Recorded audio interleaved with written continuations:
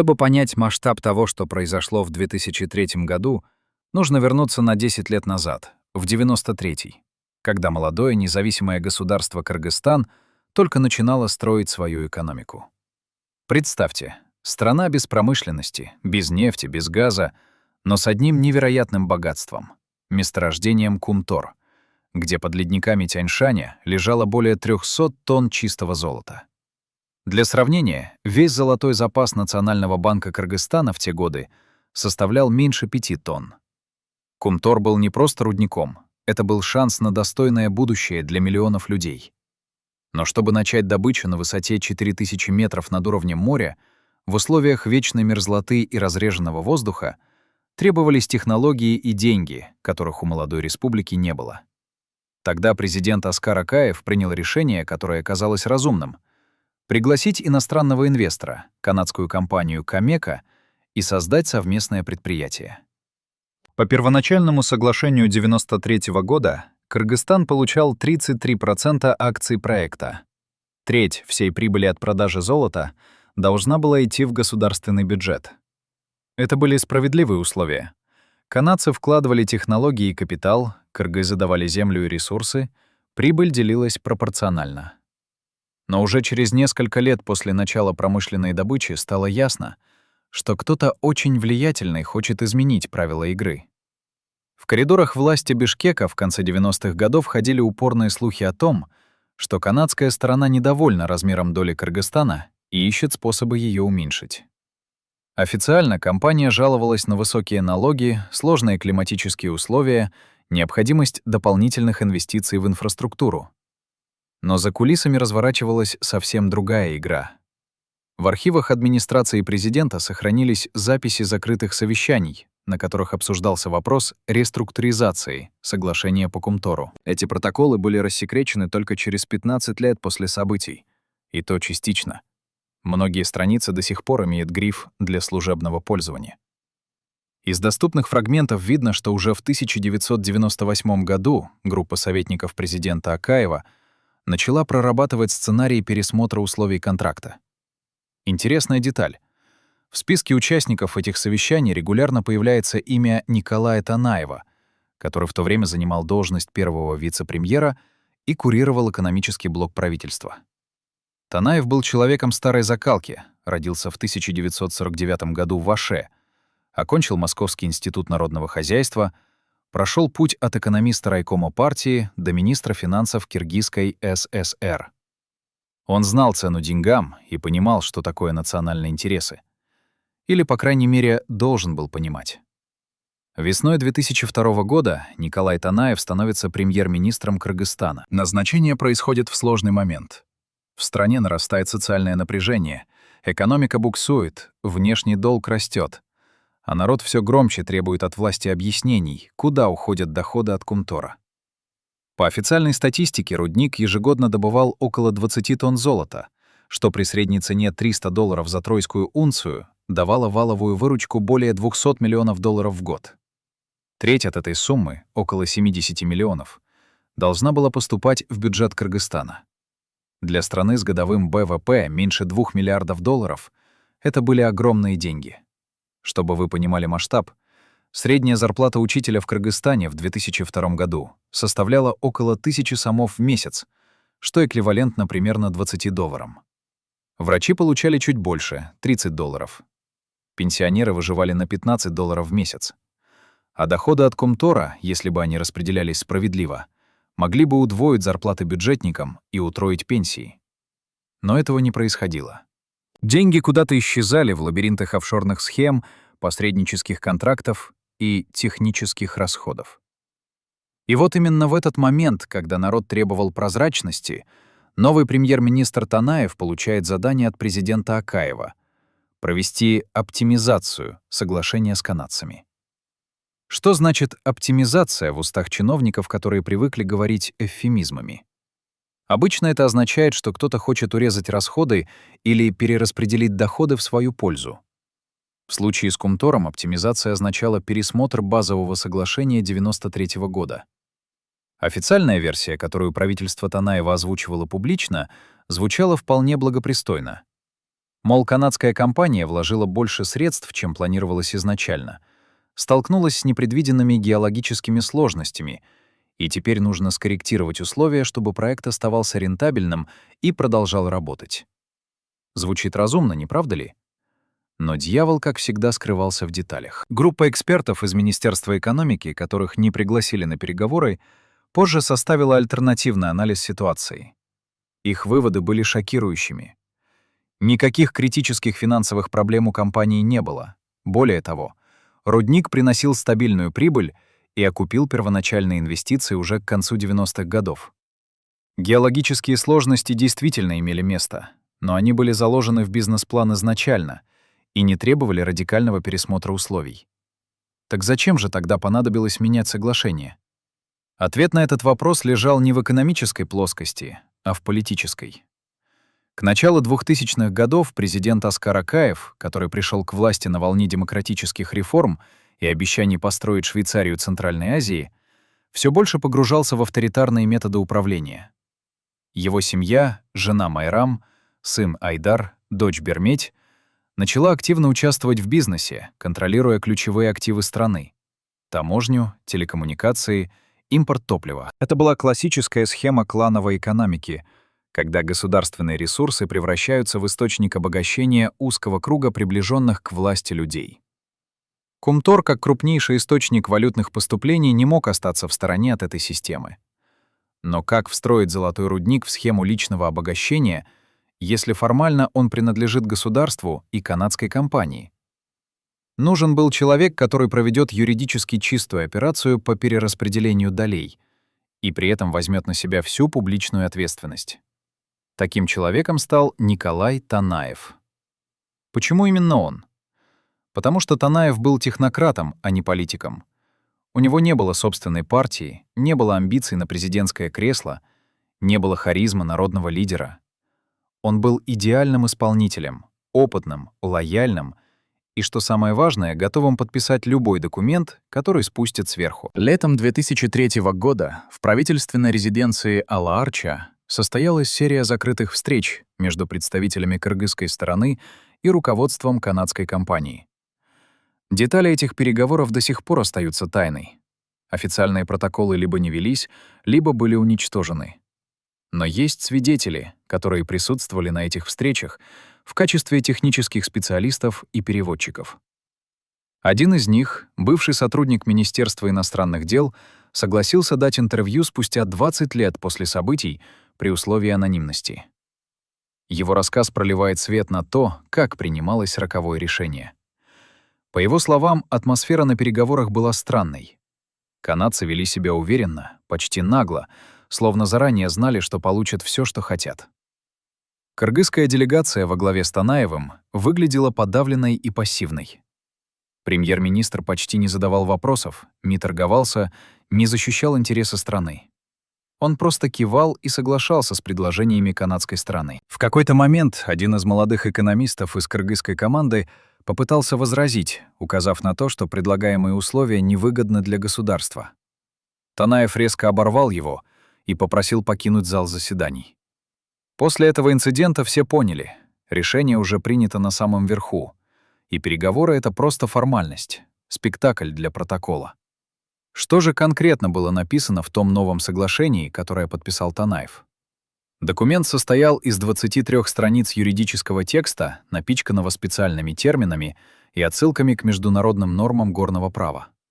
Обычный человек, даже с высшим образованием, не смог бы разобраться в этих формулировках без помощи профессионального юриста. Но суть сводилась к нескольким ключевым пунктам. Во-первых, доля Кыргызстана в проекте Кумтор снижалась с 33 до 15,5%. Официальное объяснение. Государство продает часть своих акций канадской компании в обмен на списание долгов и обещание дополнительных инвестиций. Звучит как разумный компромисс, но давайте посчитаем. При годовой прибыли проекта около $100 миллионов потеря 18% доли означала, что Кыргызстан терял $18 миллионов ежегодно. За 10 лет это 180 миллионов. За 20 лет — 360 миллионов. А сколько получил Кыргызстан взамен? По официальным данным, канадская компания списала долги на сумму около $50 миллионов и обещала инвестировать еще $100 миллионов в развитие инфраструктуры. Итого 150 миллионов разовых поступлений против 360 миллионов потерянной прибыли за 20 лет. Даже школьник поймет, что это грабительская сделка. Но это была только верхушка айсберга.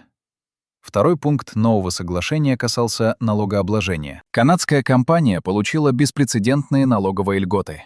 Освобождение от налога на прибыль на 5 лет, снижение роялти за добычу полезных ископаемых, освобождение от таможенных пошлин на импорт оборудования. Эти льготы лишали бюджет Кыргызстана еще десятков миллионов долларов ежегодно. Третий пункт был самым коварным. Соглашение включало оговорку о том, что любые будущие изменения в законодательстве Кыргызстана, которые могут негативно повлиять на прибыльность проекта, не будут применяться к компании. Это означало, что даже если следующее правительство захочет пересмотреть условия или ужесточить экологические нормы, оно не сможет этого сделать. Компания получила иммунитет от законов собственной страны на территории Кыргызстана. Фактически, Кумтор превратился в государство в государстве, неподконтрольную зону, где действуют не кыргызские законы, а корпоративные правила канадской компании. И все это было закреплено подписью премьер-министра Николая Танаева на последней странице документа. Когда текст соглашения просочился в прессу, а это произошло только через несколько месяцев после подписания, в стране начался скандал. Депутаты оппозиции требовали отставки Танаева и расследования обстоятельств заключения сделки. Общественные активисты выходили на митинги с плакатами «Танаев продал Кумтор» и «Верните народу золото». Но правительство держалось стойко, повторяя мантру о том, что соглашение выгодно для страны и обеспечит стабильность работы рудника. Президент Акаев публично поддержал своего премьера, заявив, что критики не понимают сложности международных экономических отношений. А Танаев на пресс-конференциях монотонно зачитывал заготовленные ответы, избегая прямых вопросов о том, кто именно принимал решение и были ли альтернативные варианты. Его лицо на этих выступлениях было каменным, но внимательные наблюдатели замечали, что руки премьера слегка дрожат, когда он листает бумаги, а голос иногда срывается на высоких нотах. Это был не триумф политика, заключившего выгодную сделку, а мучение человека, который понимает, что совершил непоправимое, но уже не может повернуть назад. Прошло несколько лет, и в 2005 году в Кыргызстане произошла революция, которую назвали «Тюльпановой». Народ вышел на улицы, требуя отставки президента Акаева и его клана. Одним из главных обвинений против режима была коррупция и разграбление национальных ресурсов.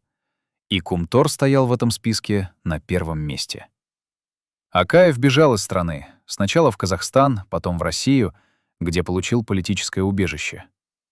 Вместе с ним уехали члены его семьи, прихватив, по слухам, чемоданы с наличными и документы на офшорные счета. Николай Танаев к тому времени уже не занимал пост премьера. Его отправили в отставку еще в 2004 году, формально по собственному желанию, фактически как жертву, которую принесли, чтобы успокоить общественное недовольство. После революции Танаев тоже покинул Кыргызстан и обосновался в России, в Москве. Он не давал интервью, не комментировал события, не пытался оправдаться. Он просто исчез из публичного пространства, словно растворился в воздухе. Но документы, которые он подписал, остались. И последствия этих подписей ощущаются в Кыргызстане до сих пор. Чтобы понять, кто стоял за спиной Танаева и направлял его руку, когда он ставил подпись под роковым соглашением, нужно вернуться к фигуре президента Акаева. Аскар Акаевич Акаев родился в 1944 году в селе Кызылбайрак Кеминского района, в семье сельского учителя. Он был первым в своем роду, кто получил высшее образование. Окончил Ленинградский политехнический институт, защитил кандидатскую, потом докторскую диссертацию, стал академиком. Это был человек науки, интеллектуал, который в конце 80-х годов казался глотком свежего воздуха на фоне старых партийных аппаратчиков. Когда в 1990 году его избрали президентом Киргизской ССР, многие верили, что он построит демократическое государство, где будут работать законы, а не связи. Первые годы его правления действительно были временем надежд. Свобода слова, многопартийность, рыночные реформы. Но постепенно, год за годом, Акаев менялся. Власть развращает. И абсолютная власть развращает абсолютно. Эта старая истина подтвердилась и в случае с кыргызским президентом. К концу 90-х годов Акаев уже не был тем романтиком-реформатором, каким его помнили в начале. Он превратился в типичного постсоветского автократа, который держится за власть любой ценой и использует государственные ресурсы для обогащения своей семьи. Его жена Майрам Акаева стала одной из самых влиятельных фигур в стране, хотя формально не занимала никаких государственных постов. Она контролировала благотворительные фонды, через которые прокачивались бюджетные деньги, участвовала в распределении лицензий и квот, имела долю в крупнейших импортных компаниях. Сын Айдар Акаев возглавлял холдинг, который монополизировал рынок сотовой связи и интернета. Дочь Берметь Акаева контролировала таможенные потоки и имела бизнес в сфере недвижимости. Это была классическая семейная клептократия, когда государство превращается в дойную корову для узкого круга родственников правителя. И Кумтор, как самый лакомый кусок кыргызской экономики, не мог остаться вне зоны интересов клана Акаевых. Есть версия, которую озвучивали несколько независимых журналистов и которую так и не удалось ни доказать, ни опровергнуть. Будто бы семья Акаева имела личную финансовую заинтересованность в пересмотре соглашения по Кумтору. Согласно этой версии, канадская компания выплатила крупную сумму, называют цифры от 10 до 30 миллионов долларов, на офшорные счета, связанные с окружением президента, в обмен на лоббирование выгодных для компании условий. Прямых доказательств этому нет. Офшорные схемы потому и называются офшорными, что они непрозрачны и неподконтрольны. Но есть косвенные улики. Например, в 2004 году, через год после подписания нового соглашения по Кумтору, сын президента Айдар Акаев купил роскошную виллу в Швейцарии стоимостью несколько миллионов долларов. Откуда у молодого человека, который формально занимался телекоммуникационным бизнесом в бедной стране, появились такие деньги? Официального ответа на этот вопрос нет. Есть также информация о том, что в тот же период на счетах компаний, зарегистрированных на имя доверенных лиц семьи Акаевых, появились крупные суммы неизвестного происхождения. Совпадение? Возможно. Но слишком много совпадений наводит на мысль о закономерности. Роль Танаева в этой схеме была ролью технического исполнителя. Он не был инициатором сделки, не был ее бенефициаром, не получал личной выгоды. Во всяком случае, нет никаких данных о том, что Танаев обогатился на Кумторе. Его задачей было просто подписать документ, который ему спустили сверху, и взять на себя публичную ответственность. Почему он согласился? Здесь можно только строить предположения. Возможно, он был убежден, что действует в интересах страны, и верил официальной версии о необходимости компромисса с инвесторами. Возможно, он просто боялся потерять должность и статус, если откажется выполнить волю президента. Возможно, ему пообещали какие-то гарантии безопасности и комфортной жизни после отставки. И действительно, Танаев спокойно доживал свои годы в Москве, никто его не преследовал, не судил, не требовал вернуть награбленное. А возможно, он просто был слабым человеком, который не нашел в себе мужества сказать «нет» в критический момент. История знает много таких примеров. Люди, которые не были злодеями по природе, но совершили злодейские поступки, потому что не смогли противостоять давлению обстоятельств. Но независимо от мотивов Танаева, факт остается фактом. Его подпись изменила судьбу Кыргызстана. За 20 лет, прошедших с момента подписания того соглашения, страна потеряла сотни миллионов долларов потенциальных доходов от Кумтора. Эти деньги могли пойти на строительство школ и больниц, на повышение зарплат учителям и врачам, на развитие инфраструктуры и поддержку малого бизнеса. Вместо этого они осели в карманах канадских акционеров и, возможно, в офшорных сейфах кыргызских чиновников. А что получил народ Кыргызстана взамен? Отравленные реки, разрушенные ледники, онкологические заболевания в районах, прилегающих к руднику, и горькое чувство обманутых надежд. Кумтор продолжает работать, золото продолжает добываться, но большая часть прибыли уходит за границу, а местные жители видят только экологические проблемы и символические отчисления в местные бюджеты. Николай Танаев умер в 2020 году в Москве в возрасте 71 года. Причина смерти официально не разглашалась. Говорили о проблемах с сердцем, что неудивительно для человека его возраста. Похороны прошли тихо, без помпы, в узком кругу родственников. В Кыргызстане его смерть почти не заметили. Несколько коротких заметок в интернет-изданиях, пара комментариев в соцсетях и все. Человек, который когда-то был вторым лицом в государстве, ушел из жизни почти незамеченным. Но документы, которые он подписал, пережили его. И вопросы, которые он так и не ответил при жизни, остались висеть в воздухе. Что он чувствовал, когда ставил свою подпись под тем соглашением? Понимал ли он, что предает интересы своей страны? Мучила ли его совесть в последние годы жизни? Пытался ли он как-то искупить свою вину? Мы никогда не узнаем ответов на эти вопросы. Танаев унес свои секреты в могилу. Но мы можем изучить документы, которые он оставил, и попытаться понять, как такое могло произойти. Для того, чтобы полностью осознать масштаб катастрофы, которую принесло соглашение 2003 года, нужно посмотреть на цифры. Кумтор — это не просто рудник. Это крупнейшее месторождение золота в Центральной Азии. По оценкам геологов, общие запасы золота в недрах Кумтора составляют около 700 тонн. К настоящему моменту добыто примерно 350 тонн, то есть половина.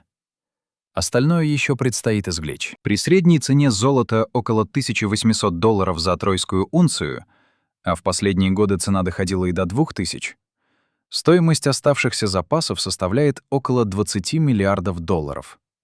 Это больше, чем весь годовой ВВП Кыргызстана. Если бы страна сохранила свою первоначальную долю в 33%, она могла бы рассчитывать на доход около $7 миллиардов от будущей добычи. Но после соглашения Танаева доля упала до 15,5%, что дает только 3 миллиарда. Разница — $4 миллиарда. Это украденное будущее целого поколения кыргызстанцев. Чтобы вы понимали, что значат эти 4 миллиарда для такой страны, как Кыргызстан, давайте сравним. Годовой бюджет Кыргызстана в 2003 году, когда подписывалось соглашение, составлял около $600 миллионов. То есть потерянные 4 миллиарда — это 7 годовых бюджетов страны. На эти деньги можно было построить тысячи школ, сотни больниц, провести газ и воду в каждое село, асфальтировать все дороги, поднять зарплаты бюджетникам в 10 раз. Можно было создать суверенный фонд, как это сделали Норвегия или Казахстан, и обеспечить будущим поколениям стабильный доход от природных ресурсов. Но вместо этого деньги ушли в карманы иностранных инвесторов и коррумпированных чиновников. И все это стало возможным благодаря одной подписи — подписи Николая Танаева на документе, который он, возможно, даже не читал внимательно до конца. Есть еще один аспект этой истории, о котором редко говорят, но который не менее важен, чем финансовые потери. Это экологический ущерб. Кумтор расположен на высоте 4000 метров, в зоне вечных ледников, которые питают реки Нарын и Сары-Джас. Эти реки, в свою очередь, являются притоками Сырдарьи, от которой зависит водоснабжение миллионов людей в Центральной Азии. Технология добычи золота на Кумторе предполагает использование цианида, сильнейшего яда, который растворяет золото из руды. Цианид хранится в специальных хвостохранилищах, но эти хранилища не вечны. Уже были случаи утечек, когда цианид попадал в реки, вызывая массовую гибель рыбы и отравление воды. Местные жители жалуются на рост онкологических заболеваний, на проблемы с печенью и почками, на врожденные патологии у детей. Официальная статистика эти данные не подтверждает, но независимые исследования показывают повышенное содержание тяжелых металлов в воде и почве в районах, прилегающих к руднику.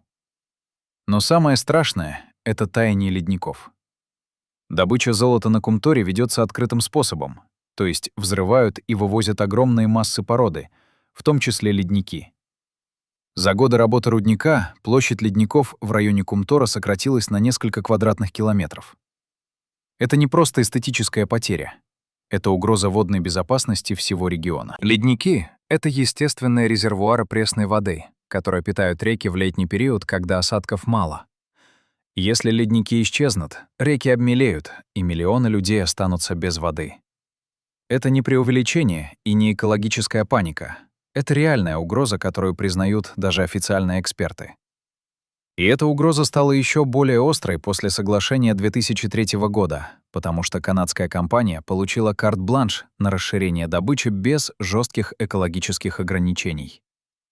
Танаев, подписывая тот документ, фактически подписал приговор не только экономике, но и экологии Кыргызстана.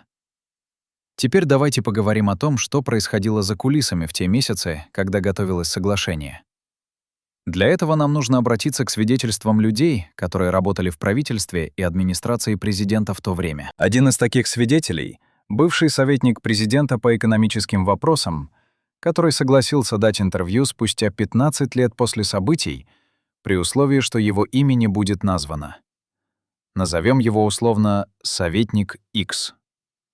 По его словам, решение о пересмотре соглашения по Кумтору было принято лично президентом Акаевым еще в 2002 году, задолго до того, как Танаев стал премьером. Акаев собрал узкий круг доверенных лиц, человек 5-6, и поставил задачу — найти способ увеличить личные доходы от Кумтора, не вызывая при этом публичного скандала. Прямое изъятие денег из бюджета было невозможно. Слишком много контролирующих органов, слишком много глаз следят. Нужна была схема, которая выглядела бы легально и даже разумно с точки зрения экономической логики. И такая схема была найдена. Идея заключалась в том, чтобы создать видимость кризиса. Мол, канадская компания на грани банкротства, проект под угрозой закрытия, нужно срочно идти на уступки, иначе Кыргызстан вообще останется без Кумтора. Эту легенду начали активно продвигать через подконтрольные СМИ. Появились статьи о том, что компания несет убытки, что геологические условия оказались сложнее, чем ожидалось, что нужны дополнительные инвестиции. На самом деле компания была вполне прибыльной, но обычные граждане не имели доступа к финансовой отчетности и верили тому, что писали газеты. На этом фоне правительство Танаева начало переговоры с канадцами о спасении проекта. И вот здесь, по словам советника X, произошло самое интересное. Канадская сторона прекрасно понимала, что никакого кризиса нет, и что кыргызская сторона блефует. Но они также понимали, что им предлагают сделку. Мы снижаем свою долю и даем вам налоговые льготы, а вы платите нам комиссионные. Классическая коррупционная схема, замаскированная под экономическую необходимость. Советник X утверждает, что лично видел черновики соглашения, в которых были пункты о консультационных услугах и посреднических выплатах, на общую сумму около $20 миллионов. Эти пункты должны были быть выплачены офшорным компаниям, зарегистрированным на Британских Виргинских островах и в Панаме. Когда он попытался выяснить, кто стоит за этими компаниями, ему дали понять, что лучше не совать нос не в свое дело. Через несколько недель его уволили с должности советника под формальным предлогом сокращения штата. Он уехал из Кыргызстана и долгие годы молчал, опасаясь за свою безопасность. Только после смерти Акаева и Танаева он решился рассказать то, что знает. Можно ли верить его словам? Прямых доказательств у него нет. Все документы остались в архивах, к которым он больше не имеет доступа. Но его рассказ согласуется с другими свидетельствами и косвенными уликами, которые всплывали на протяжении лет. Еще один важный свидетель — бывший депутат Джугурку Кинеша, который в 2003 году входил в Комитет по экономической политике и участвовал в обсуждении проекта соглашения по Кумтору. Он вспоминает, что когда документ был представлен на рассмотрение парламента, депутатам дали всего 2 дня на изучение 23 страниц сложного юридического текста. Это было явное нарушение регламента, который требовал минимум 2 недели для экспертизы таких важных документов. Но администрация президента давила, требуя немедленной ратификации. Депутатам намекали, что если они будут тянуть время, то проект сорвется, компания уйдет из Кыргызстана, и страна потеряет вообще все доходы от Кумтора. Это была классическая манипуляция, но она сработала. Большинство депутатов проголосовали за ратификацию, даже не разобравшись толком в деталях. Те немногие, кто пытался возражать, были быстро заткнуты. Один депутат, который публично назвал соглашение грабительским, через месяц был лишён депутатской неприкосновенности и арестован по сфабрикованному обвинению в коррупции. Это был сигнал для остальных. Молчите и голосуйте, как вам говорят, иначе будете следующими. Так что же в итоге получилось? Соглашение было подписано Танаевым, ратифицировано парламентом и вступило в силу. Канадская компания получила все, что хотела: увеличенную долю, налоговые льготы, иммунитет от будущих изменений законодательства. Кыргызстан потерял миллиарды долларов потенциальных доходов и контроль над своим главным природным богатством. А что получили те, кто стоял за этой сделкой? Мы можем только догадываться. Офшорные счета не раскрывают имена своих владельцев. Виллы в Швейцарии и квартиры в Лондоне покупаются через подставных лиц. Следы заметаются профессионально. Но рано или поздно правда всплывает. Уже сейчас, спустя 20 лет, появляются новые документы, новые свидетели, новые расследования. И картина становится все более ясной. Кумтор был продан не потому, что это было экономически необходимо, а потому что кто-то очень влиятельный хотел на этом заработать. Представьте себе человека, который 20 лет хранил молчание, боясь за свою жизнь.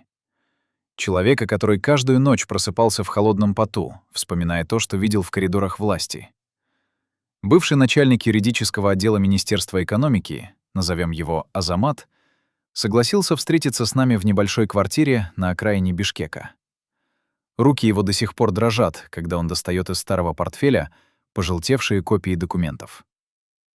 «Я сделал эти копии тайно, ночью, когда все разошлись», — говорит он, и голос его срывается. «Я знал, что однажды эти бумаги понадобятся как доказательство. Но я не думал, что придется ждать так долго». На этих страницах переписка между Министерством экономики и канадской компанией, которая велась за полгода до официального подписания соглашения. И эта переписка раскрывает то, о чем никогда не говорили публично.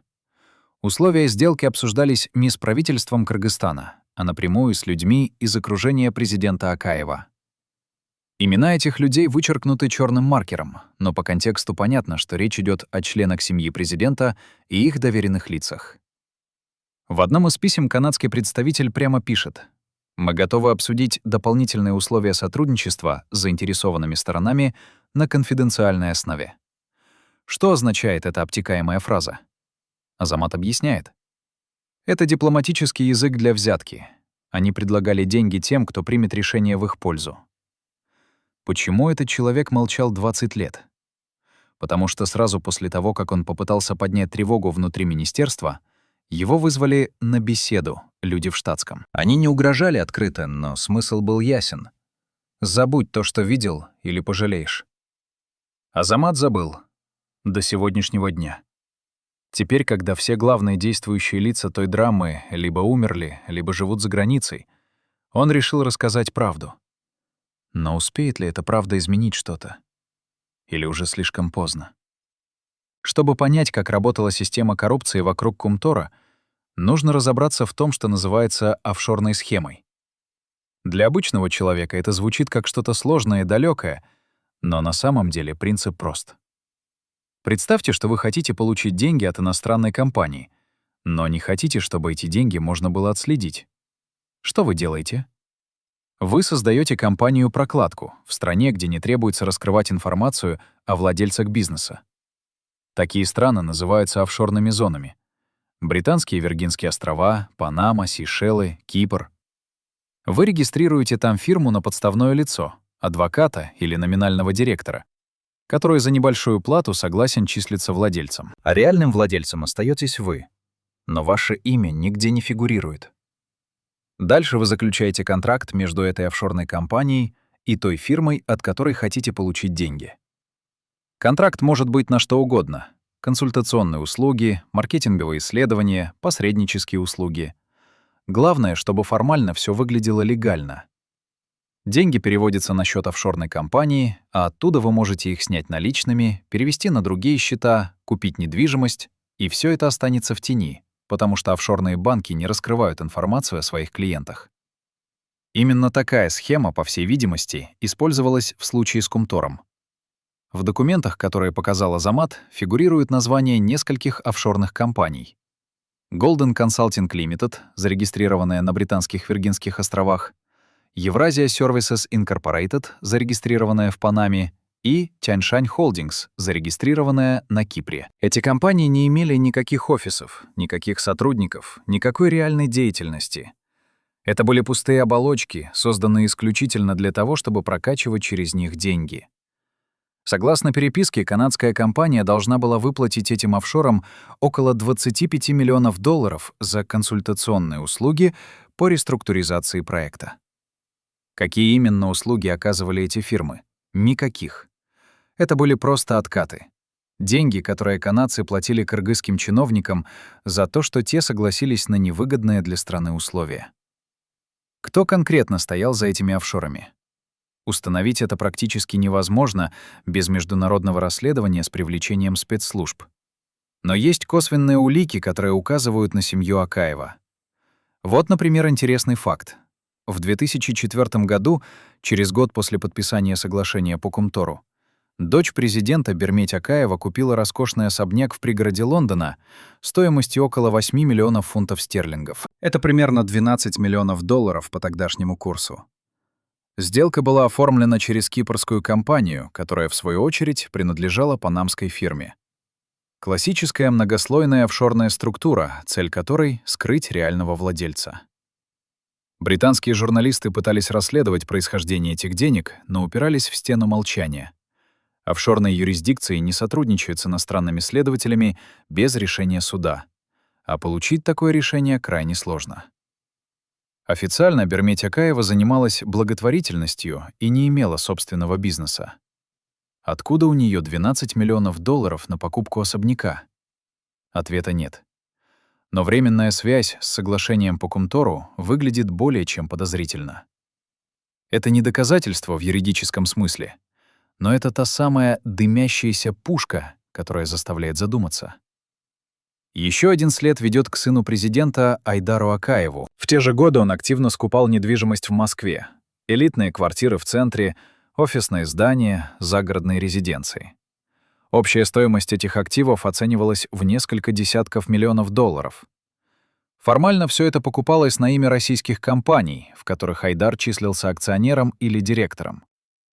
Но откуда у молодого человека, которому в то время было чуть за 30, появились такие деньги? Его официальный бизнес, телекоммуникационная компания Bitel, приносил прибыль, но не настолько большую, чтобы позволить такие траты.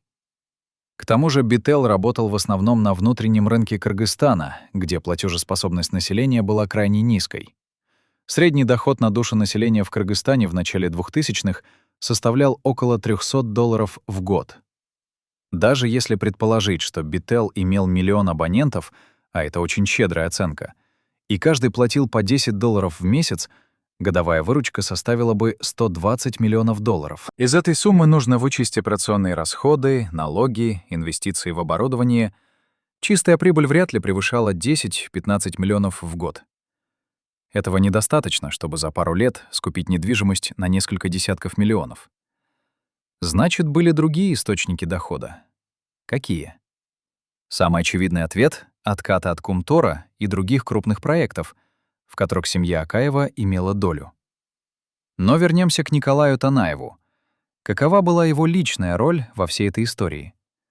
Был ли он активным участником коррупционной схемы или просто марионеткой, которой управляли из-за кулис? Чтобы ответить на этот вопрос, нужно понять, каким человеком был Танаев. По воспоминаниям тех, кто работал с ним, это был типичный советский технократ. Дисциплинированный, исполнительный, не склонный к публичным выступлениям и политическим интригам. Он не был харизматичным лидером, не умел зажигать толпы речами, не строил вокруг себя команду преданных сторонников. Он был хорошим администратором, который умел организовать работу министерства, наладить документооборот, провести совещания. Но он не был человеком, способным принимать самостоятельные стратегические решения, особенно если эти решения шли вразрез с волей вышестоящего начальства. Танаев всю жизнь работал в системе, где главным правилом было подчинение.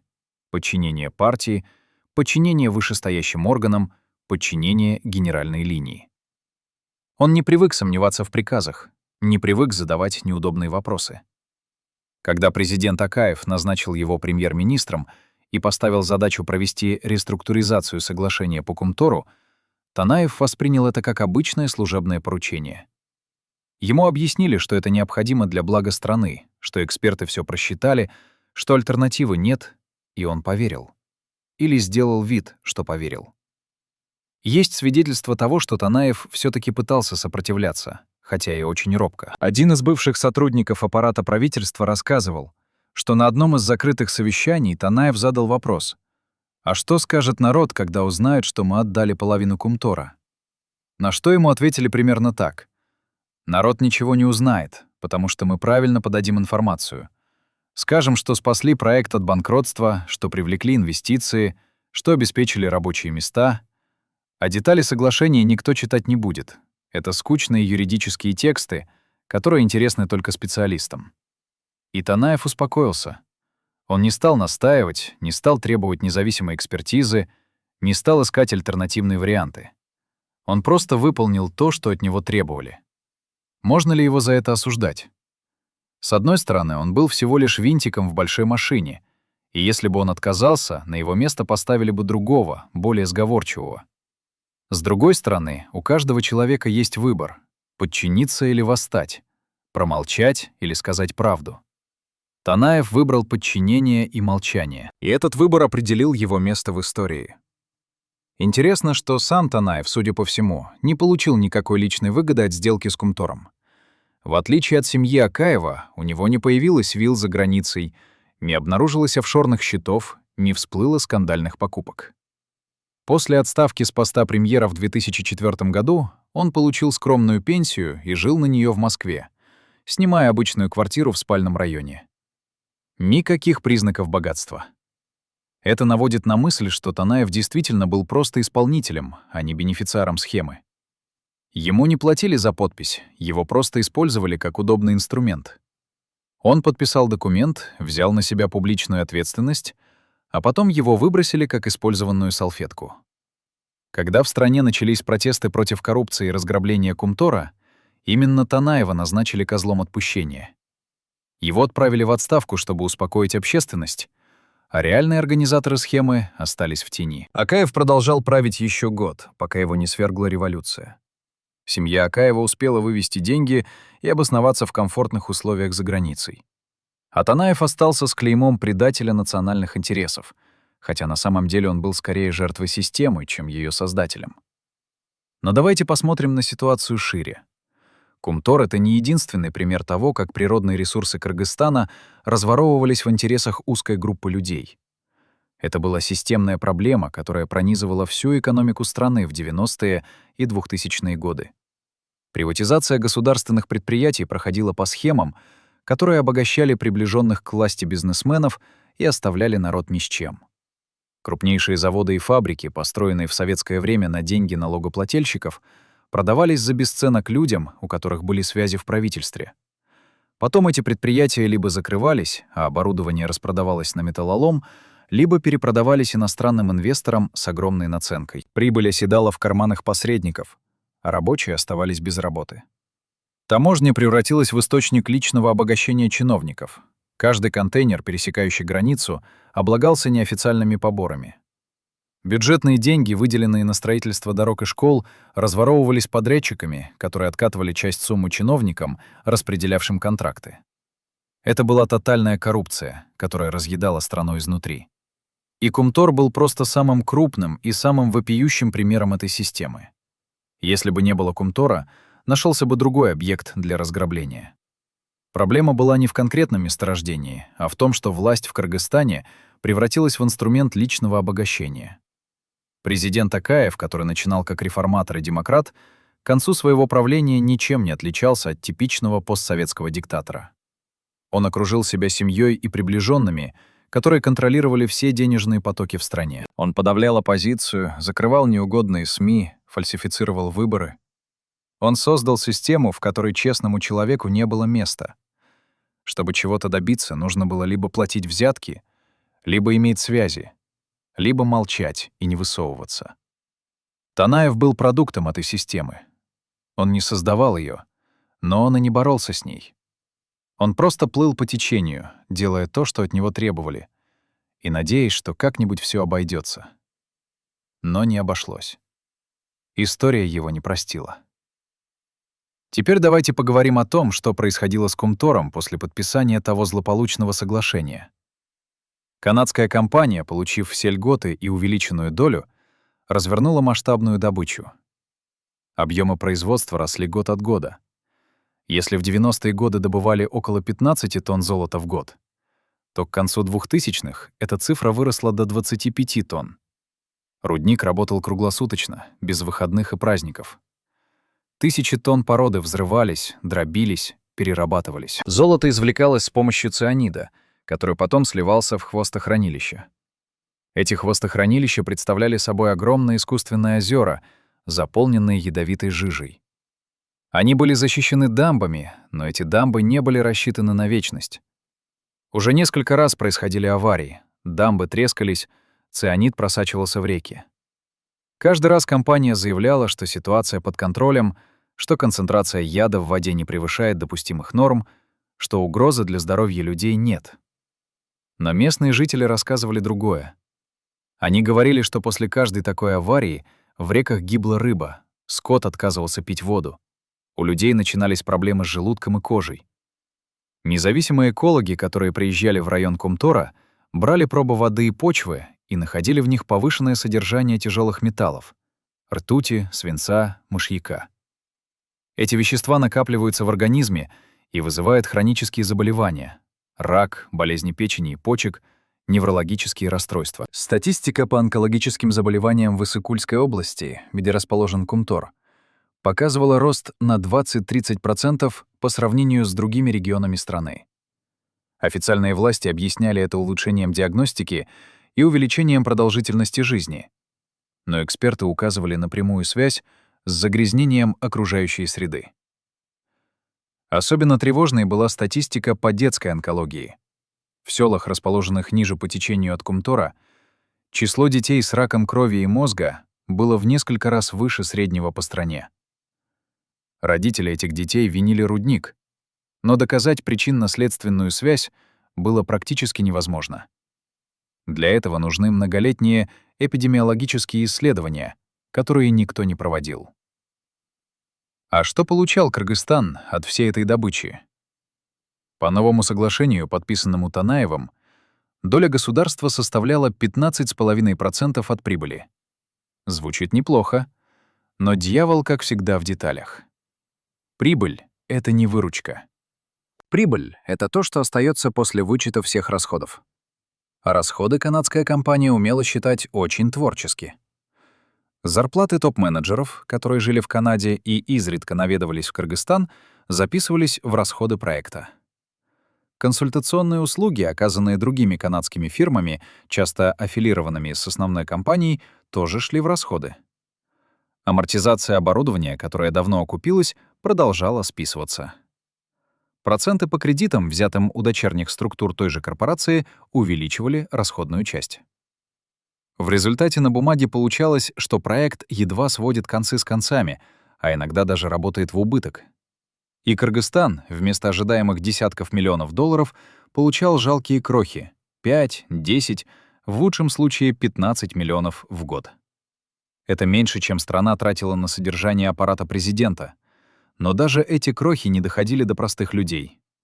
Деньги оседали в республиканском бюджете и распределялись по непрозрачным схемам. Часть уходила на содержание раздутого чиновничьего аппарата, часть — на представительские расходы, часть — на специальные проекты, о которых никто ничего не знал. Жители Иссык-Кульской области, на территории которой находился Кумтор, не видели никаких улучшений в своей жизни. Дороги оставались разбитыми, школы ветхими, больницы без лекарств и оборудования. Обещанные рабочие места на руднике доставались в основном приезжим специалистам, а местные жители могли рассчитывать только на низкоквалифицированные должности с мизерной зарплатой. Обещанные социальные программы и инвестиции в инфраструктуру так и остались обещаниями. Зато экологические проблемы были вполне реальными. Отравленная вода, разрушенные ледники, больные дети. Это была классическая колониальная модель. Иностранная компания выкачивает ресурсы, оставляя местному населению только экологические проблемы и нищету. И все это стало возможным благодаря соглашению, которое подписал Николай Танаев. Справедливости ради нужно сказать, что попытки пересмотреть это соглашение предпринимались неоднократно. После революции 2005 года новое правительство объявило о намерении провести аудит всех крупных контрактов, заключенных при Акаеве, включая соглашение по Кумтору. Были созданы комиссии, проведены расследования, написаны отчеты. Эти отчеты подтверждали то, что многие подозревали. Соглашение было крайне невыгодным для Кыргызстана и содержало признаки коррупции. Но когда дело дошло до практических действий, все застопорилось. Канадская компания пригрозила международным арбитражем, ссылаясь на пункт соглашения о защите инвестиций. Западные правительства и международные финансовые организации начали давить на Кыргызстан, требуя соблюдать стабильность инвестиционного климата. Намекали, что если Кыргызстан односторонне разорвет контракт, это отпугнет других инвесторов, и страна останется без иностранных инвестиций вообще. Под этим давлением правительство отступило. Соглашение осталось в силе, с небольшими косметическими изменениями, которые ничего не меняли по сути. То же самое повторилось после революции 2010 года. Новая власть снова обещала разобраться с Кумтором, снова создавала комиссии, снова писала отчеты. И снова все заканчивалось ничем. Почему? Потому что система не изменилась. Коррупция никуда не делась, просто сменились лица у кормушки. Новые чиновники оказались не лучше старых. Они тоже хотели откатов, тоже создавали офшорные схемы, тоже обогащались за счет государства. Кумтор продолжал работать по старым правилам, потому что эти правила устраивали тех, кто принимал решения. Простые граждане продолжали требовать справедливости, выходили на митинги, писали петиции, но их голоса тонули в общем шуме политических интриг и борьбы за власть. А Танаев в это время тихо доживал свои дни в Москве, вдали от всей этой суеты. Думал ли он о том, что натворил? Мучила ли его совесть? Жалел ли он о своей подписи? Мы никогда этого не узнаем. Он унес свои мысли и чувства в могилу, оставив после себя только документы и последствия своих решений. Вообразите себе комнату без окон в подвале здания правительства, куда не проникает ни один луч солнца. В этой комнате, за массивным столом из темного дерева, сидят 12 человек, и каждый из них знает абсолютно все о Кумторе. Каждую цифру в финансовых отчетах, каждое слово в секретных протоколах, каждое имя в списке тех, кто получал откаты. Эти люди не были министрами или депутатами. Их лица никогда не мелькали в новостях. Их имена не значились ни в каких официальных документах. Они были теми, кого в кулуарах власти называли «серыми кардиналами», советниками президента по особым поручениям, кураторами стратегических проектов, людьми, которые принимали реальные решения, пока публичные политики разыгрывали спектакль для народа. На 22 декабря 2003 года, за 3 дня до официального подписания соглашения Танаевым, эти 12 человек собрались на экстренное совещание. Повестка была одна — как обеспечить, чтобы сделка прошла тихо, без скандала, без утечек в прессу, без вопросов от оппозиции. Один из участников того совещания, назовем его «Куратор Z», спустя 18 лет после событий согласился рассказать о том, что происходило в той комнате, при условии полной анонимности и гарантии безопасности. Его рассказ открывает завесу над механизмом, который превратил национальное достояние в источник личного обогащения узкой группы людей. «Мы понимали, что идем на преступление», — говорит он, и голос его звучит устало, словно он несет этот груз уже слишком долго. «Но мы также понимали, что если откажемся, нас просто заменят другими, более сговорчивыми. Система была сильнее каждого из нас. Мы были винтиками, которые крутились в одном направлении, и остановиться означало быть выброшенным из машины. Что заставило этих людей, образованных, опытных, понимающих последствия своих действий, пойти на сделку с совестью? Страх потерять власть? Жадность? Или просто усталость от борьбы с системой, которая все равно сильнее любого отдельного человека? И если даже те, кто стоял у руля, чувствовали себя бессильными перед системой, то что оставалось простым гражданам, которые даже не знали о существовании этой комнаты и этих 12 человек? Куратор Z рассказывает, что на том совещании обсуждался не только Кумтор, но и целая сеть схожих проектов, через которые выводились деньги из страны. Кумтор был самым крупным, но не единственным. Были контракты на поставку электроэнергии в соседние страны, где цены занижались в несколько раз, а разница оседала на офшорных счетах посредников. Были лицензии на добычу угля и нефти, которые раздавались компаниям-однодневкам, связанным с семьей президента. Были таможенные схемы, когда импортные товары проходили границу по заниженной стоимости, а недоплаченные пошлины делились между таможенниками и импортерами.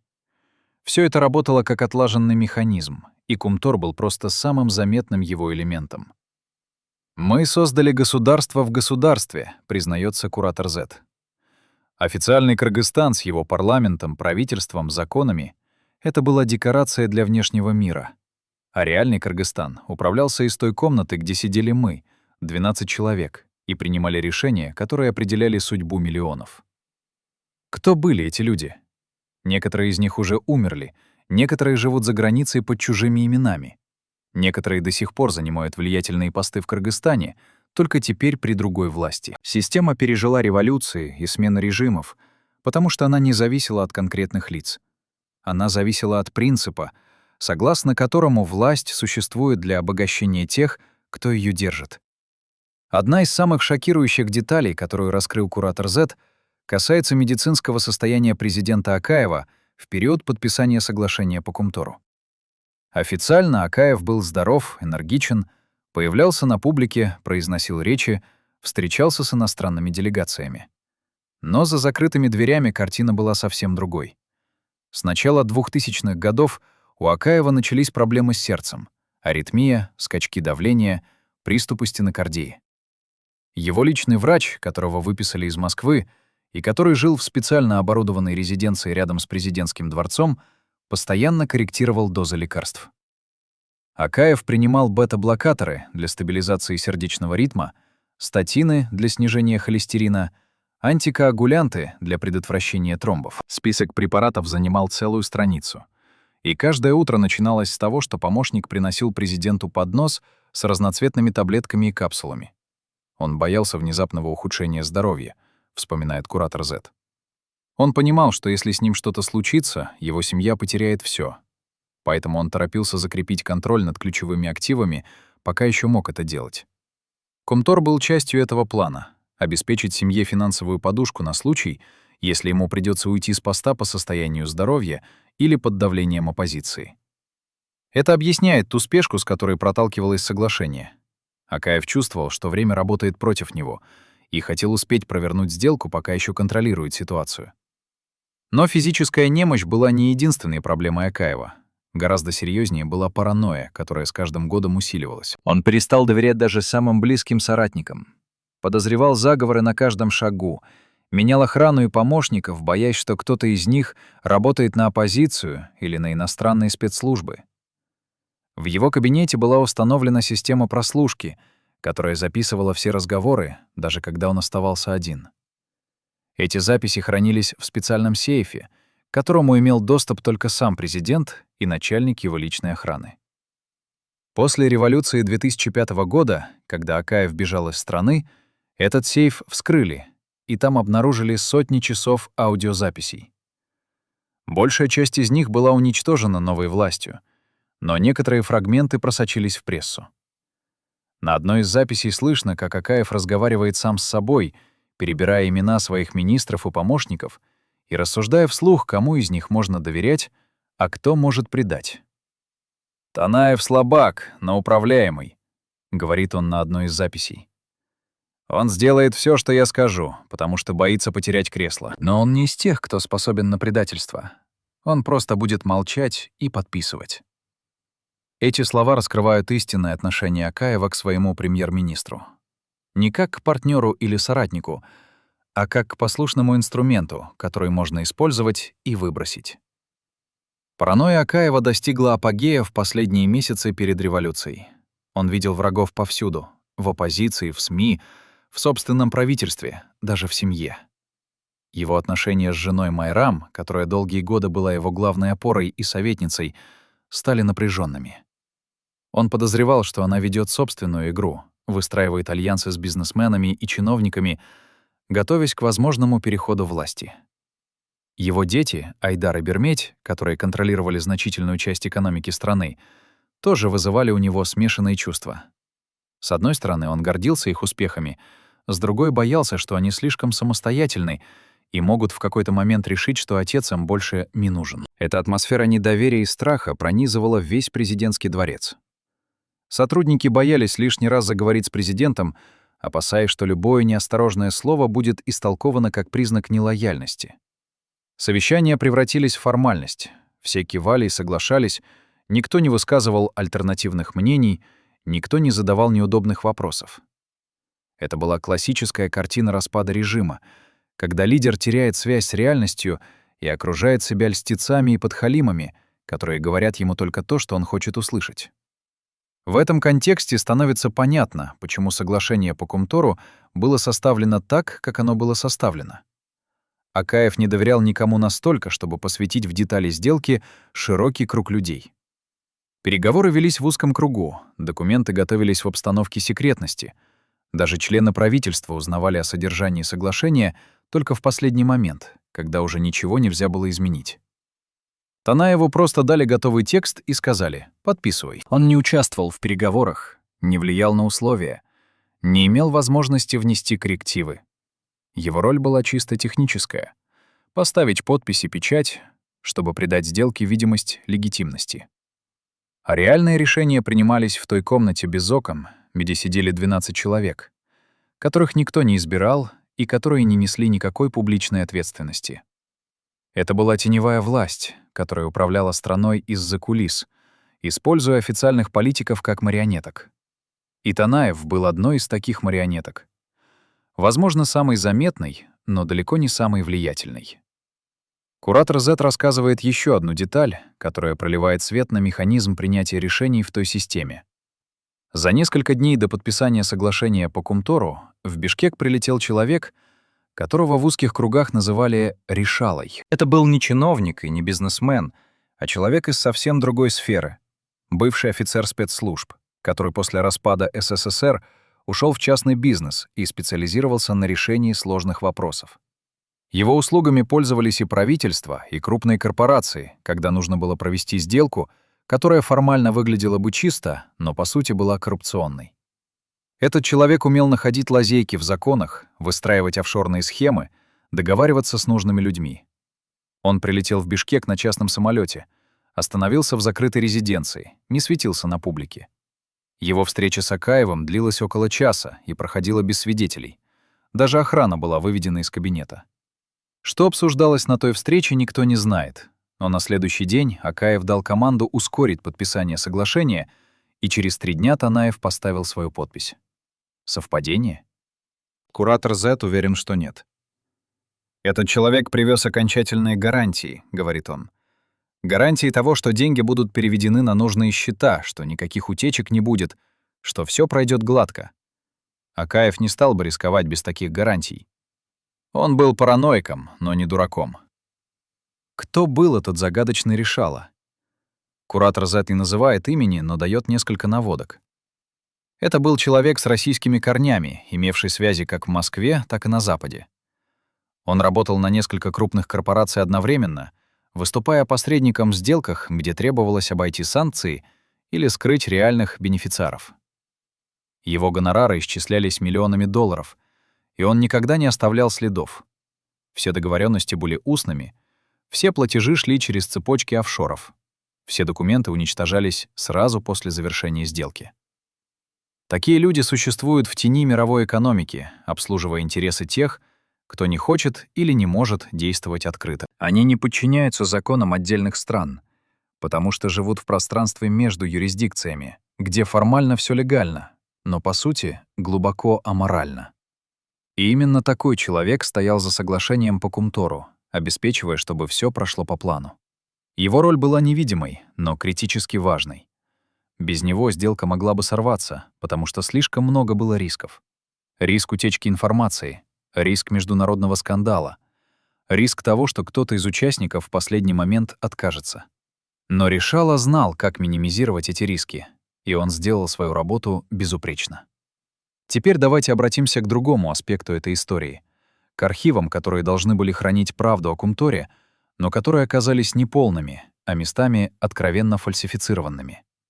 После революции 2005 года, когда новая власть получила доступ к государственным архивам, выяснилось, что многие документы, связанные с Кумтором, исчезли. Протоколы совещаний, на которых обсуждались условия соглашения, исчезли.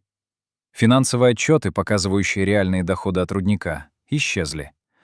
Переписка с канадской компанией, в которой могли содержаться компрометирующие детали, исчезла. Остались только официальные документы: само соглашение, постановление правительства, протоколы заседаний парламента. Но эти документы рассказывали только официальную версию событий, которая была далека от правды. Кто уничтожил архивы? Когда это произошло? Были ли это действия отдельных чиновников, пытавшихся замести следы?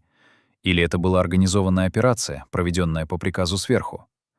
Ответов на эти вопросы нет, потому что те, кто мог бы их дать, либо умерли, либо молчат. Но кое-что все таки сохранилось. В архиве администрации президента был найден сейф, о существовании которого знали только несколько человек. Этот сейф открыли только через несколько месяцев после революции, когда проводили инвентаризацию имущества. Внутри оказались документы, которые Акаев хранил лично и которые не попали в общий архив. Среди них были рукописные заметки президента, в которых он фиксировал свои мысли и планы. Одна из таких заметок, датированная ноябрем 2002 года, содержит фразу: «Кумтор — ключ к финансовой независимости семьи. Нужно действовать быстро, пока оппозиция не окрепла». Эта фраза раскрывает истинные мотивы Акаева. Он рассматривал Кумтор не как национальное достояние, которое нужно сохранить для будущих поколений, а как источник личного обогащения, который нужно использовать, пока есть возможность. Другая заметка, датированная январем 2003 года, содержит список имен, предположительно тех самых 12 человек, которые входили в узкий круг посвященных. Рядом с некоторыми именами стоят пометки: «Надежен», «Под контролем», «Требует наблюдения». Рядом с именем Танаева стоит пометка: «Исполнителен, не задает вопросов». Это подтверждает то, что мы уже знали. Танаев был выбран на роль премьера именно потому, что не был склонен к самостоятельному мышлению и критике. Еще один документ из того сейфа — это список офшорных компаний с указанием сумм, которые должны были быть переведены на их счета. Список неполный, многие строки вычеркнуты или замазаны, но кое-что можно разобрать. Одна из компаний называется Тяньшань Investments Limited, зарегистрирована на Британских Виргинских островах. Сумма к переводу — $15 миллионов. Другая компания — Alato Holdings Incorporated, зарегистрирована в Панаме. Сумма — $10 миллионов. Третья — Issыкуль Enterprises, Кипр, $8 миллионов. Общая сумма по всем компаниям, которые можно разобрать, составляет около $40 миллионов. Это те самые консультационные услуги, о которых говорил советник Икс. Кто стоял за этими офшорами? Документ не содержит имен реальных владельцев, только названия компаний и номера счетов. Но эксперты, изучавшие этот список, обратили внимание на одну деталь. Названия всех компаний связаны с географией Кыргызстана. Тяньшань, Алато, Issыкуль. Это не случайность. Это своего рода подпись, намек на то, что за этими офшорами стоят кыргызские, а не иностранные бенефициары. Канадская компания платила не своим людям, а людям Акаева, которые помогли провернуть сделку. Что случилось с этими деньгами? Куда они делись? Часть, вероятно, осела на личных счетах членов семьи Акаева и их доверенных лиц. Часть могла быть использована для финансирования предвыборных кампаний и подкупа депутатов. Часть могла уйти на покупку недвижимости и бизнеса за границей. Но точно проследить путь этих денег невозможно, потому что офшорные схемы специально созданы для того, чтобы скрывать движение капитала. Деньги переводятся с одного счета на другой, из одной юрисдикции в другую, дробятся на мелкие суммы, смешиваются с легальными потоками и в конце концов теряются в лабиринте транзакций. Даже если бы у следователей было желание распутать эту схему, им потребовались бы годы работы и сотрудничества десятков стран.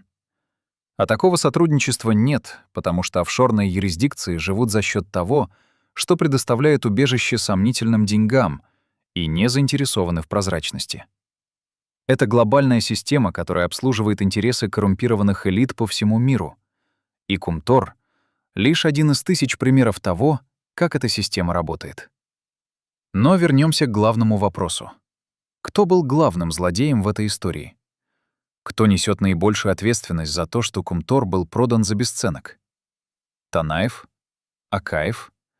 Канадская компания? 12 человек из комнаты без окон? Загадочный Решала? Ответ, вероятно, в том, что виноваты все они вместе, но в разной степени. Танаев был слабым человеком, который не нашел в себе мужества отказаться от роли, которую ему навязали. Акаев был коррумпированным лидером, который предал идеалы, с которыми пришел к власти, и превратил государство в инструмент личного обогащения. Канадская компания была циничной корпорацией, которая использовала слабость и коррумпированность кыргызских властей для максимизации своей прибыли.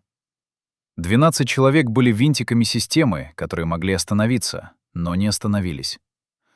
Решала был профессиональным преступником в дорогом костюме, который зарабатывал на чужом горе. Но если искать того, кто нес главную ответственность, то это, безусловно, Акаев. Он был президентом, он принимал окончательные решения. Он создал систему, в которой коррупция стала нормой. Без его санкций сделка не состоялась бы.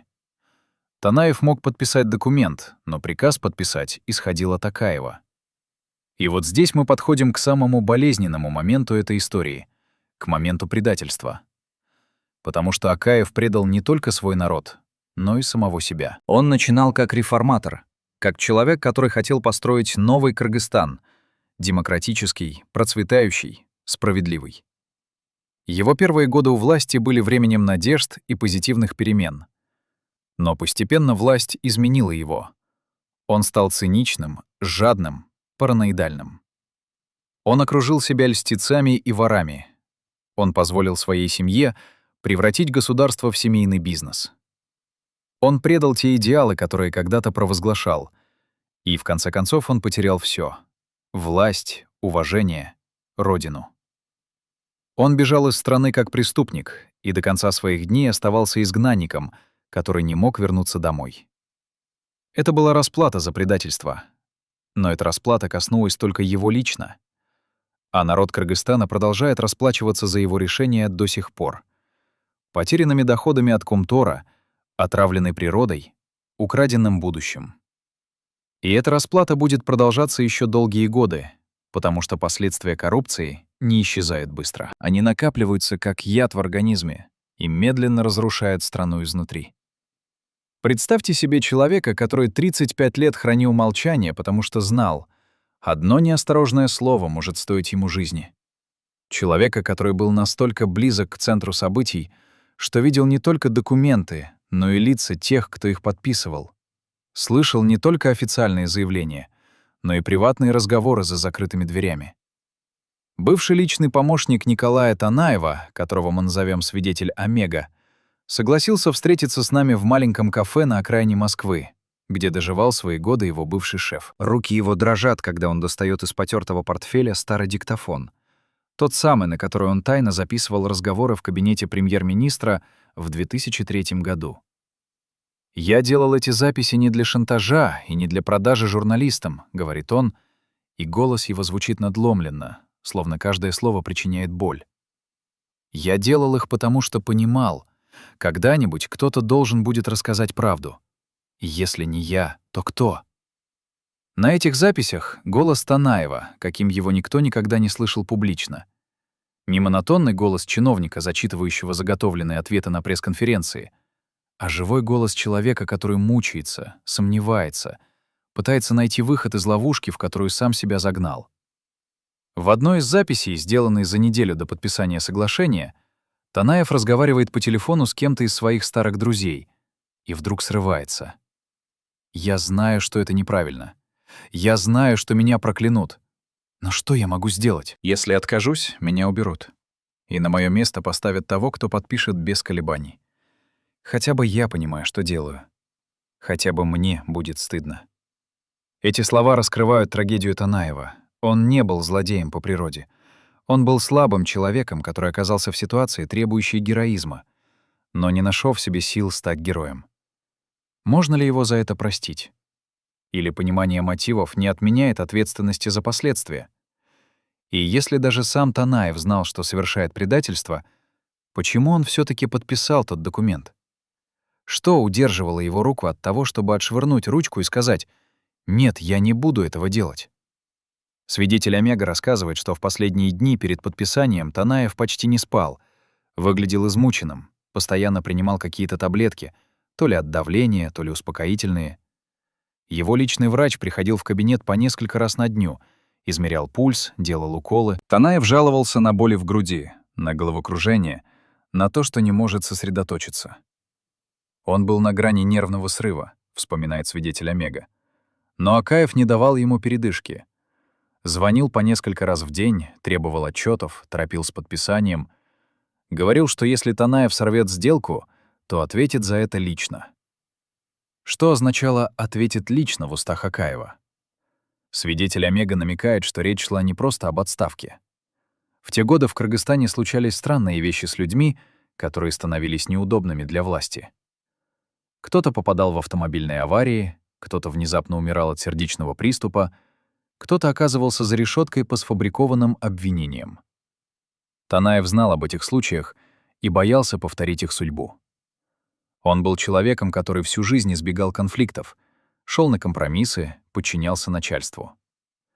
И в критический момент, когда от него требовалось проявить принципиальность, он снова выбрал путь наименьшего сопротивления. Он подписал документ, который, как он сам понимал, был приговором для его страны. И с этим грузом он прожил остаток своей жизни. Но самое шокирующее откровение свидетеля Омега касается не самого Танаева, а того, что произошло сразу после подписания соглашения. Через 3 дня после того, как документ был ратифицирован парламентом и вступил в силу, в кабинет Танаева пришел человек, которого помощник видел впервые. Это был не чиновник и не депутат. Одет он был в дорогой костюм, говорил с легким акцентом, держался уверенно и даже нагловато. Он попросил всех выйти из кабинета, включая помощников и охрану. Танаев не возражал, хотя обычно не принимал посетителей без свидетелей. Разговор длился около получаса, и когда незнакомец вышел, Танаев сидел за столом бледный, с отсутствующим взглядом. Свидетель Омега спросил, кто это был, но Танаев только махнул рукой и сказал «Не твое дело. Забудь, что видел этого человека». Но помощник не забыл. Он запомнил лицо, запомнил голос, запомнил манеру держаться. И много лет спустя, когда в прессе появились материалы о международных посредниках, работающих на стыке бизнеса и политики, он узнал того человека на одной из фотографий. Это был тот самый Решала, о котором рассказывал куратор Z. Человек, который обеспечивал прохождение коррупционных сделок и гарантировал, что все участники получат свою долю. Что он сказал Танаеву в тот день? Свидетель Омега может только догадываться. Возможно, он привез подтверждение того, что деньги переведены на нужные счета. Возможно, он передал какие-то гарантии безопасности для Танаева и его семьи. А возможно, он просто напомнил премьеру, что теперь тот связан круговой порукой с теми, кто стоял за сделкой, и пути назад нет. После этой встречи Танаев изменился. Он стал еще более замкнутым, перестал общаться даже с близкими сотрудниками, избегал публичных мероприятий. На совещаниях он сидел молча, кивал, подписывал бумаги, но было видно, что мысли его где-то далеко. «Он был как живой мертвец», — говорит свидетель Омега. Физически присутствовал, но духовно уже ушел. Через несколько месяцев Танаева отправили в отставку. Формально по собственному желанию, фактически потому, что он стал обузой для режима. Его миссия была выполнена, соглашение подписано, и теперь он был не нужен. Более того, он был опасен, потому что знал слишком много и мог в какой-то момент заговорить. Поэтому его убрали с политической сцены, но сделали это мягко, без скандала. Ему предложили должность советника при каком-то малозначимом ведомстве. Потом тихо отправили на пенсию, потом помогли переехать в Россию, где он мог жить спокойно, вдали от кыргызской политики и кыргызских журналистов. Это была золотая клетка, комфортная, но все таки клетка. Танаев получил возможность доживать свои годы в относительном покое, но ценой этого покоя было молчание. Он не давал интервью, не писал мемуаров, не пытался оправдаться или объяснить свои действия. Он просто исчез из публичного пространства, словно его никогда и не было. Но история на этом не закончилась. Потому что пока Танаев тихо угасал в московской квартире, последствия его подписи продолжали разворачиваться в Кыргызстане. Кумтор продолжал работать, золото продолжало добываться, но доходы от этого золота по-прежнему уходили мимо государственного бюджета. Канадская компания исправно платила налоги и отчисления, но эти суммы были смехотворно малы по сравнению с реальной прибылью. Местное население продолжало страдать от экологических проблем. Отравленная вода, разрушенные ледники, рост онкологических заболеваний. Активисты выходили на протесты, требуя закрыть рудник или хотя бы ужесточить экологический контроль. Но власти отвечали, что Кумтор — это рабочие места, это налоги, это инвестиции, и закрывать его нельзя. Это был замкнутый круг. Страна зависела от доходов, которые приносил Кумтор, но эти доходы были настолько малы, что не покрывали даже экологического ущерба. А изменить ситуацию было невозможно, потому что соглашение, подписанное Танаевым, защищало интересы компании и делало ее практически неприкасаемой. Любая попытка пересмотреть условия наталкивалась на угрозы международного арбитража, который мог присудить Кыргызстану миллиардные компенсации. Страна оказалась в ловушке, из которой не было выхода. И вот здесь мы подходим к главному вопросу. Кто же все-таки был главным злодеем в этой истории?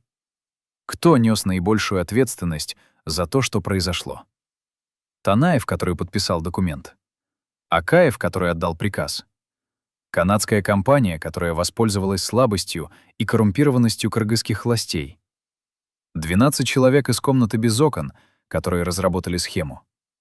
Загадочный решала, который обеспечил ее реализацию? Ответ, как это часто бывает в сложных историях, неоднозначен. Каждый из этих людей сыграл свою роль, и каждый несет свою долю вины. Но если искать того, кто был главным архитектором предательства, то это, безусловно, Оскар Акаев. Именно он создал систему, в которой коррупция стала нормой. Именно он превратил государство в инструмент личного обогащения. Именно он принял решение пожертвовать национальными интересами ради интересов своей семьи. Танаев был лишь исполнителем его воли, слабым человеком, который не нашел в себе мужества сказать «нет». Но Акаев был тем, кто поставил Танаева перед этим выбором. Он был кукловодом, который дергал за нити, а Танаев был марионеткой, которая танцевала под его дудку. Но судьба кукловода оказалась не менее трагичной, чем судьба марионетки. В 2005 году, когда в Кыргызстане вспыхнула революция, Акаев бежал из страны, бросив все: власть, дворцы, даже часть своих богатств. Он улетел сначала в Казахстан, потом в Россию, где получил политическое убежище. Его семья последовала за ним, прихватив то, что успели вывезти. Но большая часть их активов осталась в Кыргызстане и была конфискована новой властью. Особняки, счета в местных банках, доли в компаниях — все это было изъято. Акаев оказался в изгнании, лишённый не только власти, но и значительной части своего состояния. Он поселился в подмосковной резиденции, где прожил остаток своих дней, окружённый охраной и воспоминаниями о былом величии. Он не мог вернуться в Кыргызстан. Там его ждало уголовное преследование по обвинениям в коррупции и злоупотреблении властью. Он не мог свободно путешествовать. Во многих странах на него были наложены санкции и заморожены счета. Он стал узником своего прошлого, человеком, который предал свою страну, и был за это наказан потерей всего, что имел. Его дети разъехались по разным странам, пытаясь начать новую жизнь под чужими именами. Его жена Майрам, которая когда-то была одной из самых влиятельных женщин Центральной Азии, превратилась в тень, скрывающуюся от публичности. Это была полная катастрофа, крах не только политический, но и личный, семейный, человеческий. А что же случилось с теми, кто помогал Акаеву проворачивать коррупционные схемы? 12 человек из комнаты без окон разошлись по разным траекториям. Некоторые из них сумели переориентироваться и остаться на плаву при новой власти. Они предложили свои услуги новым хозяевам и продолжили делать то, что умели лучше всего — выстраивать схемы обогащения для тех, кто у власти. Система не изменилась, просто сменились лица. Другие уехали за границу, прихватив накопленные капиталы, и живут теперь в комфорте где-нибудь в Европе или Америке, вдали от последствий своих действий. Третьи не успели вовремя сбежать и оказались под следствием. Кого-то посадили, кого-то выпустили под залог, кто-то умер при загадочных обстоятельствах. Но никто из них не понес наказания соразмерного масштабу их преступлений. Потому что система защищает своих. Потому что у них были связи, деньги, адвокаты. Потому что новая власть тоже была заинтересована в том, чтобы не копать слишком глубоко. Ведь если начать распутывать клубок коррупции, то нитка может привести и к тем, кто сейчас у руля. Так что расследования затихли, дела закрылись, виновные остались безнаказанными. А народ Кыргызстана продолжал расплачиваться за их преступления. Николай Танаев прожил в Москве еще 15 лет после своей отставки. Он не бедствовал. Пенсия бывшего премьер-министра плюс какие-то накопления позволяли ему жить скромно, но достойно. Он снимал двухкомнатную квартиру в спальном районе, изредка выходил на прогулки в ближайший парк, избегал общения с соотечественниками. Его здоровье постепенно ухудшалось. Проблемы с сердцем, которые начались еще в годы премьерства, усугублялись возрастом и стрессом. Он перенес несколько инфарктов, лежал в больницах, но каждый раз выкарабкивался. Казалось, что-то держало его в этом мире, не давало уйти. Может быть, это была надежда на то, что когда-нибудь он сможет рассказать свою версию событий, оправдаться, объяснить, что он был не злодеем, а жертвой обстоятельств. Но этого так и не произошло. Танаев унес свои секреты в могилу, когда его путь завершился в 2020 году. Похороны были скромными, без помпы, в узком кругу родственников. В Кыргызстане его уход почти не заметили. Несколько коротких заметок в интернет-изданиях, пара комментариев в соцсетях — и всё. Человек, который когда-то был вторым лицом в государстве, покинул этот мир почти незамеченным. Но документы, которые он подписал, пережили его и продолжают определять судьбу Кыргызстана. Что осталось после всех этих событий? Кумтор продолжает работать, хотя запасы золота постепенно истощаются. По оценкам геологов, рудник сможет функционировать еще лет 10-15, а потом закроется. И что тогда останется? Огромные карьеры, заполненные водой. Хвостохранилища с миллионами тонн ядовитых отходов. Разрушенные ледники, которые уже никогда не восстановятся. Отравленные реки, в которых не водится рыба. Села, где люди болеют раком чаще, чем в других регионах. И память о том, как национальное достояние было продано за бесценок, а деньги разворованы узкой группой людей, которые думали только о собственном обогащении. Это наследие Танаева, Акаева и всех тех, кто участвовал в той сделке. Это цена, которую заплатил Кыргызстан за слабость своих лидеров и коррумпированность своей элиты. И эта цена будет ощущаться еще долгие десятилетия, потому что экологический ущерб не исчезает быстро, а украденные миллиарды не возвращаются. Но есть и другое наследие — наследие памяти и урока. Потому что история Кумтора — это не просто история одной коррупционной сделки. Это история о том, что происходит, когда народ теряет контроль над своими лидерами. Когда власть превращается в инструмент личного обогащения, когда национальные интересы приносятся в жертву интересам узкой группы людей. Когда слабые люди оказываются на ключевых постах и не находят в себе мужества противостоять злу. Эта история повторялась и повторяется во многих странах мира. В России, в Украине, в Казахстане, в африканских и латиноамериканских государствах. Везде, где есть природные ресурсы и коррумпированная власть, разыгрывается один и тот же сценарий. Ресурсы разворовываются, народ нищает, а элита богатеет. И единственный способ разорвать этот порочный круг — это бдительность граждан, их готовность требовать отчета от власти, их способность отличать правду от лжи. Потому что если народ спит, то власть ворует. Если народ молчит, то власть лжет. Если народ не контролирует, то власть предаёт. История Николая Танаева — это история о предательстве, но также и о трагедии слабого человека, который оказался в ситуации, требующей героизма. Он не был героем. Он был обычным чиновником, который всю жизнь подчинялся начальству и избегал конфликтов. И когда пришел момент, требующий от него принципиальности и мужества, он не смог подняться над собой. Он выбрал путь наименьшего сопротивления, и этот выбор определил его место в истории. Можно ли его за это простить? Каждый решает для себя сам. Но нельзя забывать, что его слабость стоила стране миллиардов долларов и десятилетий упущенных возможностей. Нельзя забывать, что его подпись превратила национальное достояние в источник обогащения иностранной корпорации и коррумпированных чиновников.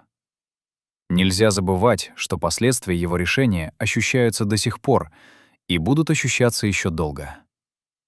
А Оскар Акаев, главный архитектор этого препятельства, так и не понес заслуженного наказания. Он прожил остаток своих дней в комфорте, окружённый семьей и охраной, вдали от страны, которую предал. Его путь завершился в 2021 году, и похороны его прошли тихо, без широкой огласки. Некоторые в Кыргызстане вспоминали его как реформатора, который начинал с благих намерений, но сбился с пути. Другие проклинали его как предателя и вора, который разграбил страну. Истина, как всегда, где-то посередине. Акаев был и тем, и другим, человеком, который начинал с идеалов, но не смог устоять перед искушением власти и денег. Его история — это предостережение для всех, кто приходит к власти с обещаниями перемен. Власть развращает, и только постоянная бдительность и самоконтроль могут удержать от падения. Что же касается канадской компании, то она продолжает работать в Кыргызстане, извлекая золото и прибыль. Она выполняет свои обязательства по контракту, платит налоги и отчисления, инвестирует в социальные программы. Но все это капля в море по сравнению с тем, что страна могла бы получить, если бы соглашение было справедливым. Компания не виновата в том, что кыргызские власти оказались коррумпированными и слабыми. Она просто использовала возможность, которая ей представилась. Это циничный, но честный подход. Бизнес существует для извлечения прибыли. И если законы страны позволяют извлекать эту прибыль с минимальными издержками, то бизнес будет это делать. Вина лежит не на компании, а на тех, кто создал условия для такой эксплуатации. На Акаеве, который продал национальные интересы, на Танаеве, который подписал грабительское соглашение, на 12 людях из комнаты без окон, которые разработали схему, на всей системе, которая сделала возможным это предательство. И вот мы подходим к финалу этой истории. Что изменилось в Кыргызстане за 20 лет, прошедших с момента подписания того злополучного соглашения? Формально многое. Прошли 2 революции, сменилось несколько президентов, принимались новые законы, создавались комиссии по борьбе с коррупцией, но, по сути, почти ничего. Коррупция осталась системной проблемой.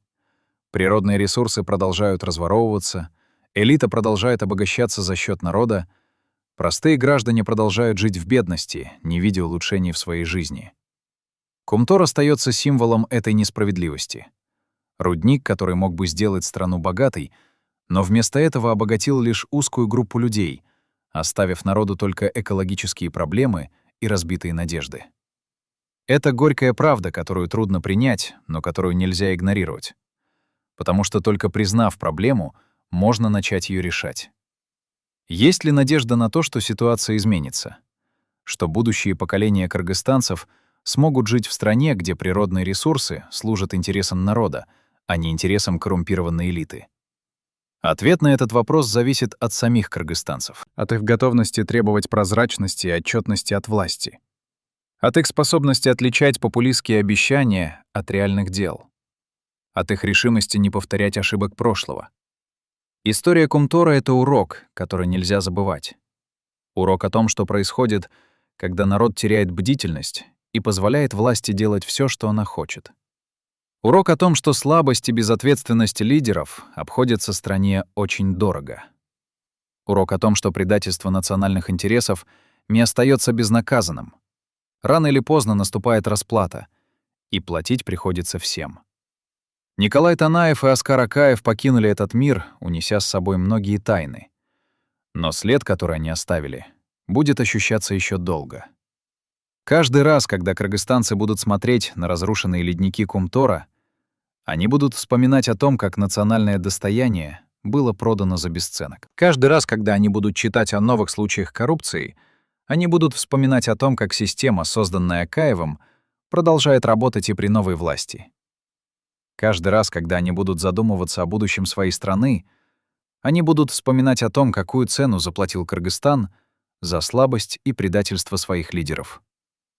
И, возможно, эта память станет той силой, которая поможет избежать повторения ошибок прошлого. Потому что народ, который помнит свою историю, имеет шанс не повторять ее трагедий.